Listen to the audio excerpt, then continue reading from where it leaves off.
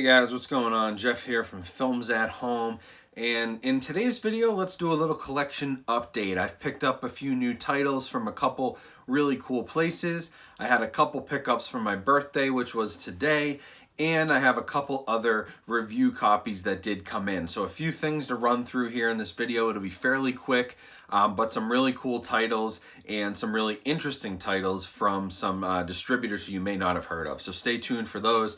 If you do like 4K, Blu-ray, movie collecting, home theater stuff, definitely subscribe to the channel. Hello to all the new subscribers. We crossed 18,000 and it's been flying. We're almost at 20,000 already.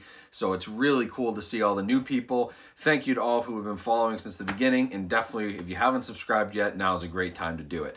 Now let's jump into this video. All right, so first up, since today was my birthday, number 27 for me, let's show off a birthday gift. This was from my brother, Spider-Man Far From Home on 4K. I never got this for review, never had a chance to watch it yet, didn't see it in theaters, so I'm really excited to check this out in 4K. I will be doing a review of this as well, but you know, I've heard really good things. It's the follow-up to Avengers Endgame, which I really liked, and kind of was a great ending, but I think that Tom Holland is the best Spider-Man we've had yet. I'm really into Jake Gyllenhaal as Mysterio, and I want to see where they kind of take Spider-Man here in this second movie with Tom Holland. So we'll see what happens, but Spider-Man Far From Home 4K, very excited to add this to the collection. All right, so now we got a couple review copies, one from Warner Brothers, one from Universal. First up is The Kitchen. This is Tiffany Haddish, Melissa McCarthy, and Elizabeth Moss in this kind of 1970s.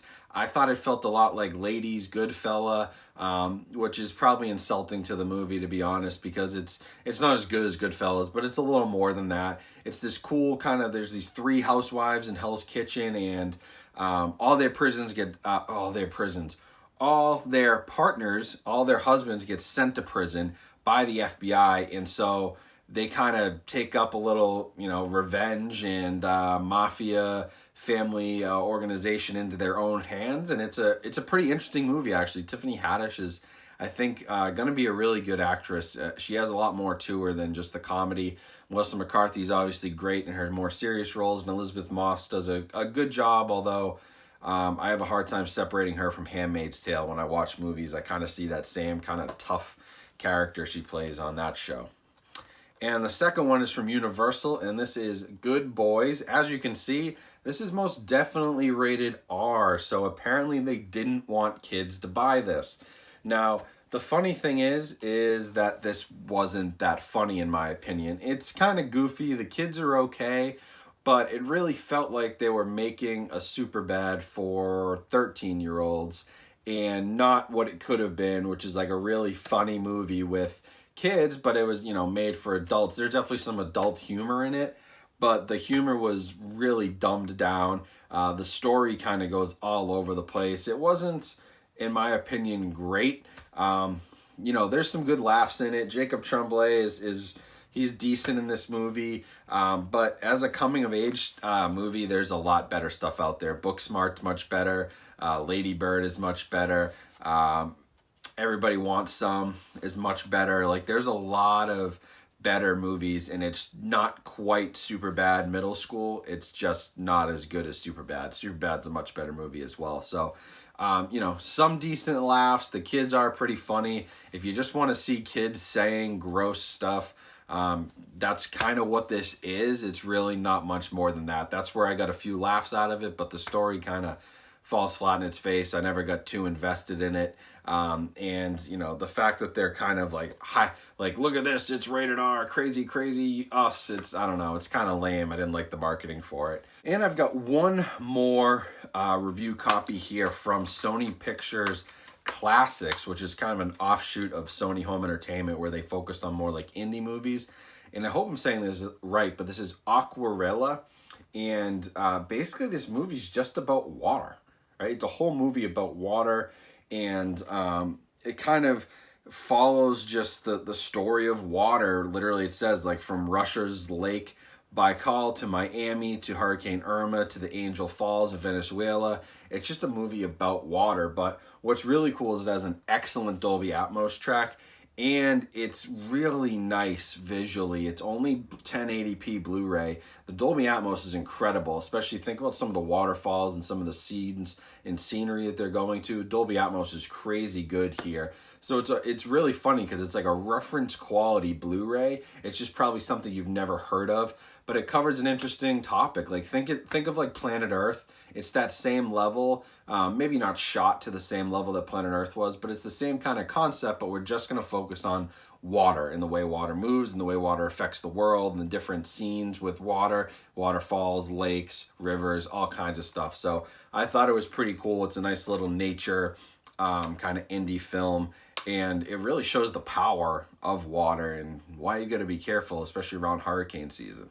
Now a couple pickups that I purchased through a recent sale, and this is the new distributor that I haven't talked much about, but they do really good work on Blu-ray, and it's Twilight Time. If you haven't heard of Twilight Time, I'll leave a link down in the description, but their business model is basically that they're going to buy the rights to old movies, not necessarily always ancient, but it's never usually stuff that was too mainstream. They buy kind of old catalog titles from places like Warner Brothers or Universal or MGM and all that. And they do a Blu-ray transfer, and they basically put it on their website, and they sell through a couple different vendors. And they limit them usually to 3,000 copies. And that's it. They do a 3,000 copy run. When they run out, boom, it's out of print. And so I have a few of their releases that are out of print, and these things can get pretty pricey. Before Philadelphia got a 4K Blu-ray re-release, that Philadelphia Blu-ray disc was going for crazy amounts of money, $80, $90 on eBay. 1984 is getting a Criterion release, but before that, it was also going for crazy amounts of money because it was out of print. And so it's sort of like if you did want to buy and sell, you can almost like trade these like stocks, I guess. It's kind of funny, but I like to just keep them because they usually have pretty good transfers. I like their packaging. I like their artwork. And so I picked up two this time around. One of them only had 50 copies left when I bought it, and so it's probably now out of print. The other one had 250 copies, and so after their sale, it may have been out of print, but I paid about 15 bucks for each one. That's actually a really good price for Twilight Time. Usually they're $20 to $25. The first one I got is The Hound of the Baskervilles. This is a Sherlock Holmes movie, and it stars Christopher Lee as Henry Baskerville, Andre Morel as Dr. Watson, and Peter Cushing as Sherlock Holmes. So you got Peter Cushing and Christopher Lee in the same movie. Terrence Fisher is the director. He directed a ton of horror movies back in the day, and this was 1959. So I mean, this is right in Peter Cushing, Christopher Lee's heyday. They're just coming off like the massive horror movies of the 40s and 50s. And they're so well known as actors nowadays from all their different work. Christopher Lee, you probably know as Saruman in Lord of the Rings if you're a little bit younger. Peter Cushing, my God, how many movies has he been in? I can go in, but it's not, whatever. You know the names, you know the movies they're in. But this is a Sherlock Holmes movie starring both of them. This only had 50 copies left. It's supposed to be one of the best Sherlock Holmes stories. And this falls under like the Hammer films of the 50s and that kind of genre. It's not really horror, but it's probably one of the Hammer's best movies and probably one of the best Sherlock Holmes movies that's ever been made. And so it's a classic. Had to pick it up. It's packed with special features, and it's well worth the purchase, and probably now out of print, which is too bad if you didn't get it. It's probably going to go for a lot on eBay, but with two classic actors and a great story, I couldn't pass it up. The other one that I got was the Boston Strangler. This is from 1968, based off a book about the Boston Strangler, and it stars Henry Fonda as the special detective who's tasked with trying to find the Boston Strangler, and Albert DeSalvo, who was the Boston Strangler, is played by Tony Curtis, and he, scary, kind of looks a lot like him. So really cool movie, kind of this cool like serial killer detective mystery. I'm really into detective mystery serial killer type stuff like Zodiac, Prisoners. I'm trying to think of a few other movies like that. Seven, The Bone Collector. I'm really into those kind of movies. And so, you know, being from Boston and the Boston Strangler being such a local, you know, piece of history and true crime, this was a no-brainer for me. $2.50 left on this one when I bought it. They may not have sold out in their sale, but it was probably very close. And now the last two are provided to me from HD Movie Source. I've been talking about them. I'll leave a link down in the description as well as a coupon code if you want to go to their site. They're working on getting a better presence in the United States, and they're trying to become sort of an indie, smaller distributor, online distributor of 4K and specialty steelbooks like Best Buy steelbooks. They're going to buy bunches of them so people can get them for a decent price and not have to, you know, pay $100 on eBay. You can pay them $30 ahead of time, $40, and they'll buy them and then get them to you. It's kind of a cool thing they have going. We'll see what happens with it, but they've been great with sending me some 4K releases to both use for new release reviews and is it worth an upgrade old reviews. And so they got me a copy of Red Heat. I've actually heard pretty good things about the 4K review. It's an odd movie to get the 4K treatment, but I've heard it's actually pretty decent, has Dolby Vision HDR, and it is put out by Lionsgate, so I'm skeptical, but we'll see. I'll take a look at this and do an is it worth an upgrade video for all of you. And they also sent me the brand new live action Aladdin, which I am really excited to check out. I'll be doing a review of this as well because I think that the 4K HDR in this is going to be really, really good. I didn't get a chance to see it. I actually heard decent things about it. I heard better things about this than I heard about the Lion King live action, which I was shocked by. But I'm interested to check it out. I think it has some really good scenery and probably some really interesting color, and also a Dolby Atmos audio track. And of course, Disney didn't include that on the Blu-ray, so I'll want to check that out on the 4K. Wow, I was just about to end the video and totally forgot that I have a whole nother pile of movies and TV shows over there. So sorry, this is going to be a little bit long, but I got some more stuff to show you. Another purchase that I made off of Mercari. Definitely check out that app. But this is going into another Is It Worth an Upgrade video because I'm super interested in this. And I got The Martian on 4K, the extended edition. Got this for only $8, which is a great deal. I'll trade in my Blu-ray, get a couple bucks for that. And as long as the 4K looks good, of course. But I'll do a Is It Worth an Upgrade video on The Martian. This is one of the earliest 4K releases, so I'm really interested about that one. Also got another review copy in from Paramount. And Dora and the Lost City of Gold. Now, who would have thought that a Dora the Explorer live-action movie would ever be released, never mind be released with like a grown-up teenage Dora in high school? And I don't know, super weird concept. I just got it in, so I wanted to show it off, but haven't had a chance to watch it. But what a weird movie. I thought this was a fake trailer when it first came out, so I am cautiously optimistic about that one. I also have a couple new titles from Arrow Video. These are early sneak peeks. First one is Hitchhike to Hell. This is a brand new 2K restoration. Has two different aspect ratios on the disc. The original 133:1 and a 178:1.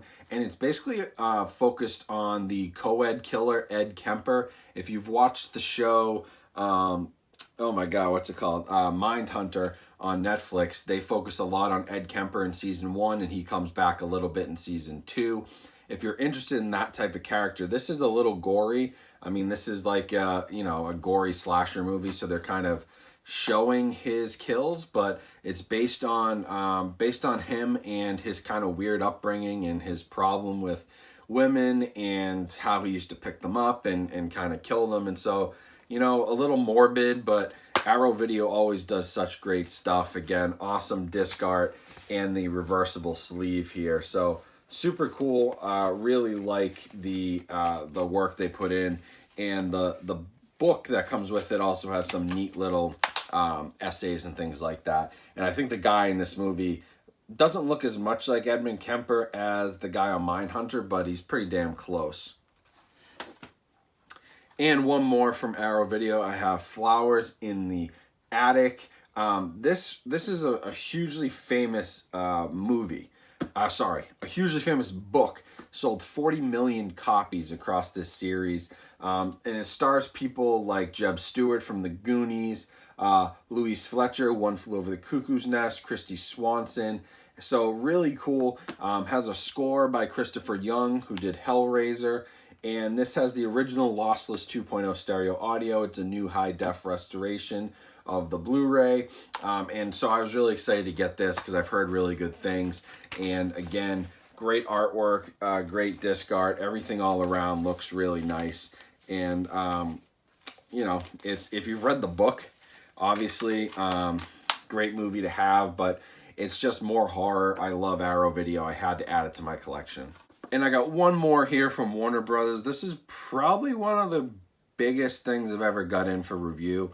I was actually shocked when they sent this to me, but it would make for a really great holiday gift. I'm going to do a holiday gift guide video, and this will probably be in it for this year because it's such a cool set, you know, regardless of what you think of the show. But it is the Big Bang Theory complete series, all 12 seasons on Blu-ray, which is great because so many people are only putting TV shows out on DVD. Like, you can't even buy the complete series of a classic show like The Office or Parks and Rec on Blu-ray. Like, what are they doing? Those should be available on Blu-ray, especially as streaming services pass them around. But Warner Brothers was super cool to do this for Big Bang Theory. It has a booklet in here, 32 page episode guide, a lay flat book with pop-up art. It has a digital code for every single episode, and it has all 279 original broadcast episodes in here, as well as 12 hours of extras. And so I can't remember how many discs this set was. I want to say it's something like 1, 2, 3. I want to say it's something like 14 discs. But it's big, it's heavy, it's got booklets in here, like I said, and it's a really nice set. It all comes out the side right here. But Big Bang Theory, I mean, if you're into this show, you also get the digital copy, which is super cool. You could give the Blu-ray to somebody, give a digital copy to somebody else if you wanted to as a gift. But, you know, it's going to go down as a classic comedy, regardless of what you think of it. You know, it got a little cheesy for me, but I remember watching it growing up and, you know, having a lot of good laughs. And so I think it's a really kind of funny show. It has great moments, great characters, regardless of where it went in later seasons. It's cool to see Warner Brothers doing a full Blu-ray release of this show because they could have so easily copped out and only done DVD, and they gave it a really premium treatment. So I was really excited about this. This was super cool to get in the mail. So that's it for this video. Hopefully you enjoyed it. Lots of new stuff. Sorry it got a little bit long. I completely forgot I had this other pile. But just remember, follow me on Instagram. Check out all the links in my description to Amazon, HD Movie Source, as well as links to my merchandise store and my Amazon 4K and Blu-ray deals store. Remember to subscribe, turn on the notifications, and I will be talking to you guys very soon with more content.